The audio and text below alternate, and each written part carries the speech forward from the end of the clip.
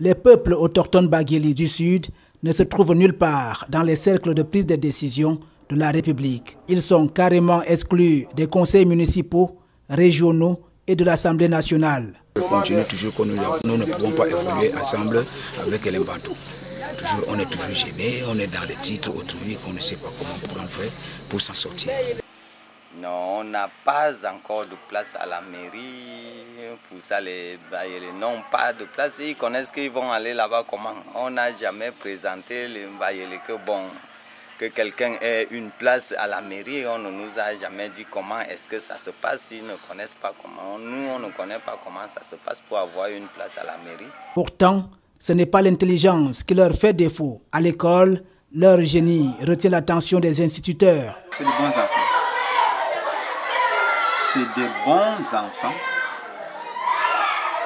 C'est des bons enfants, des enfants qui suivent. Mais le mal est qu'au niveau de l'encadrement familial, c'est-à-dire dans des familles,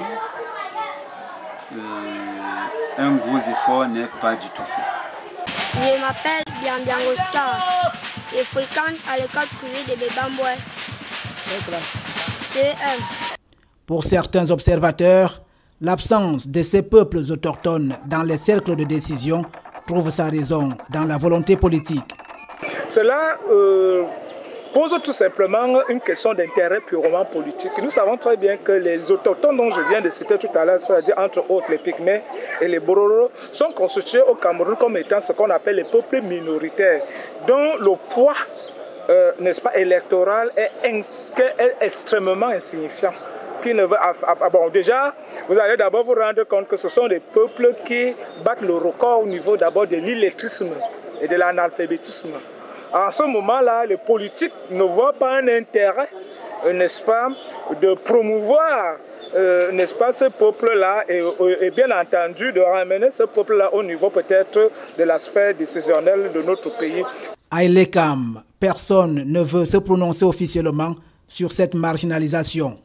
Pourtant, la révision du code électoral d'avril 2012 a consacré 2 innovations majeures, parmi lesquelles la composante sociologique. L'absence des peuples autochtones dans les cercles de prise de décision a un impact certain dans l'équilibre de la gestion des affaires publiques. Un très grave inconvénient parce que qui peut connaître les problèmes qui lui sont personnels plus qu'une autre personne? C'est le peuple autochtone, c'est celui qui vit chez lui, c'est celui qui connaît véritablement les manquements et les suffisances ou bien alors les insuffisances de chez lui, qui est à même de les poser au niveau de la sphère administrative. Si donc ils ne sont pas impliqués dans les pouvoirs décisionnels, vous comprenez que c'est tout ça qui fait véritablement le problème de gouvernance au sein du Cameroun.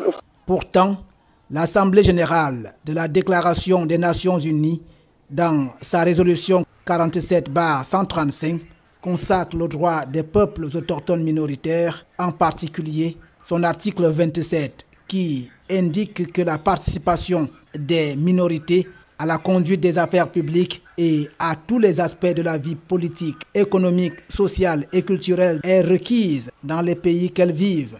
Ce manque de considération de ces droits, d'après certains analystes, se trouve à la base des échecs que connaît la lutte pour la préservation de certaines espèces, de la faune et de la flore.